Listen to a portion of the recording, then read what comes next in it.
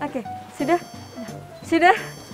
Ternyata berhasil. Tapi jujur ini nggak mudah karena saya membayangkan menjadi mereka saat melakukan tarian ini harus fokus dengan tariannya. Jatuh kan? Lalu, ya jatuh lagi. Ya! Ini nggak apa-apa kah? Nggak apa-apa. Maafkan, namanya juga amatiran. Jadi ini kondisinya memang harus fokus menjaga keseimbangan. Baru kita fokus ke tariannya. Dimaafkan. Aduh, saya langsung keringet begini. Makasih sudah diajarin. Ini maaf saya pecahin cawannya. Setelah melihat masa penantian selama 9 tahun, tepat pada 7 Juli 2020 lalu, Toba Caldera Geopark resmi menjadi salah satu dari 16 anggota baru UNESCO Global Geopark. Peningkatan status ini tentu saja akan membantu usaha pelestarian serta mengenalkan Danau Toba ke seluruh dunia. Dengan tujuan akhir yaitu pemberdayaan dan peningkatan kesejahteraan masyarakat setempat. Namun, sebenarnya seperti apa sih sejarah geologi Danau Toba?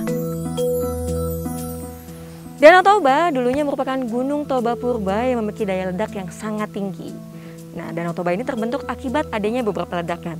Ledakan pertama terjadi pada 800.000 tahun yang lalu dan terbentuklah kaldera di Porsea. Ledakan kedua terjadi pada 500.000 tahun yang lalu dan terbentuklah kaldera di Tongging. Dan ledakan ketiga terjadi pada 73.000 hingga 75.000 tahun yang lalu dan merupakan ledakan terbesar atau bisa disebut sebagai fenomena supervolcano yang akhirnya merubah peradaban dunia. Saat terjadi ledakan supervulkano, Gunung Toba Purba mengeluarkan magma sebanyak 2.800 km kubik dengan skala ledakan 8 Volcanic Explosivity Index. Ketinggian letusan mencapai 50 km dan menyebar ke seluruh atmosfer bumi, bahkan hingga menutupi cahaya matahari yang masuk ke bumi selama beberapa tahun. Akibatnya, temperatur bumi mengalami penurunan 3-5 derajat Celcius. Hal inilah yang kemudian menjadi penyebab perubahan peradaban dunia kala itu. Danau Toba memiliki keunikan. Jadi di tengah Danau Toba ini terdapat Pulau Samosir. Nah, Pulau Samosir ini dulunya merupakan puncak dari Gunung Toba Purba yang mengalami keruntuhan akibat adanya ledakan supervolcano yang akhirnya menjadi dasar dari Danau Toba. Nah, akibat adanya aktivitas tektonik dan magmatik, dasar dari permukaan Danau Toba ini akhirnya terangkat dan membentuklah Pulau Samosir.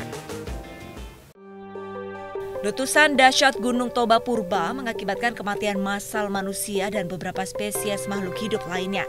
Dari beberapa hasil penelitian, terdapat sekitar 60 juta jiwa yang menjadi korban dari fenomena supervulkano. Saat ini Danau Toba menjadi danau kaldera terbesar di dunia dengan luas mencapai 1.145 km persegi yang terbentang di 7 kabupaten berbeda di Sumatera Utara.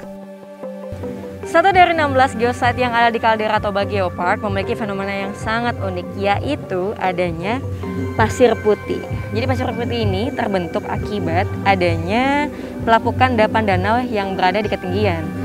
Nah, pasir putih ini memiliki kandungan silika atau kuarsa yang sangat tinggi. Dan pasir putih ini tahan sekali terhadap pelapukan. Karakteristik pasir putih di pantai Parbaba, Kabupaten Samosir ini mirip dengan pasir putih di pantai pada umumnya. Jadi, menurut di dunia rock healing, katanya pasir kuarsa itu dapat memberikan energi kesegaran baik tubuh maupun pikiran. Nah, caranya hanya dengan berjalan tanpa menggunakan alas kaki seperti ini. Keunikan Geopark Caldera Toba tak berhenti di pantai berpasir putih. Namun ada danau di atas danau loh. Iya, danau ini namanya Danau Sidihoni yang berada di Desa Sabungan Nihuta, Kecamatan Ronggur Nihuta, Kabupaten Samosir. Di belakang saya ini merupakan Danau Sidihoni. Nah, Danau Sidihoni ini merupakan salah satu geosite yang dimiliki oleh Caldera Toba Geopark. Masyarakat di sini menganggap Danau Sidihoni merupakan danau di atas danau. Nah, danau ini terbentuk akibat adanya jebakan air di permukaan di cekungan puncak Pulau Samosir. Untuk dasar dari Danau Sidihoni ini merupakan tanah lempung yang bersifat tidak tembus air. Pengetahuan tentang keunikan Danau Toba dan beragam fenomena di sekitarnya diharapkan dapat membantu meningkatkan sektor pariwisata dan perekonomian masyarakat lokal.